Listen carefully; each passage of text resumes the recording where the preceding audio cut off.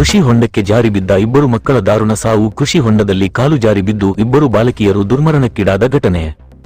ಕೊಪ್ಪಳ ಜಿಲ್ಲೆಯ ಕುಕನೂರ ತಾಲೂಕಿನ ಎರೆಹಂಚಿನಾಳ ಗ್ರಾಮದ ಹೊರವಲಯದಲ್ಲಿ ಬಟ್ಟೆ ತೊಳೆಯಲು ಹೋದ ಇಬ್ಬರು ಬಾಲಕಿಯರ ದುರ್ಘಟನೆ ನಡೆದಿದೆ.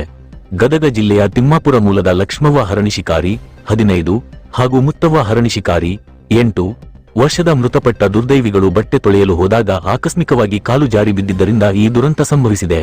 ಸದ್ಯ ಸ್ಥಳದಲ್ಲಿ ಮೃತರ ಕುಟುಂಬಸ್ಥರು ಆಕ್ರಂದನ ಮುಗಿಲು ಮುಟ್ಟಿದ್ದು, ಕುಕನೂರು ಪೊಲೀಸ್ ಠಾಣೆಯಲ್ಲಿ ಪ್ರಕರಣ ದಾಖಲಾಗಿದೆ.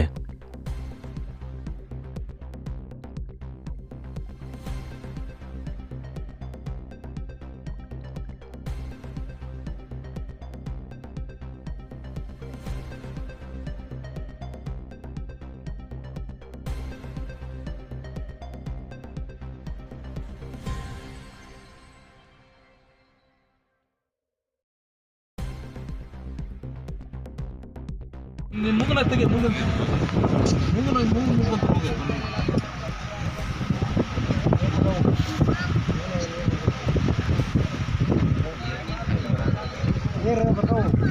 ಅಲ್ಲ ನೀ ಮುಂಗನ ಮುಖಂತ ಹೋಗ್ಬಿಡ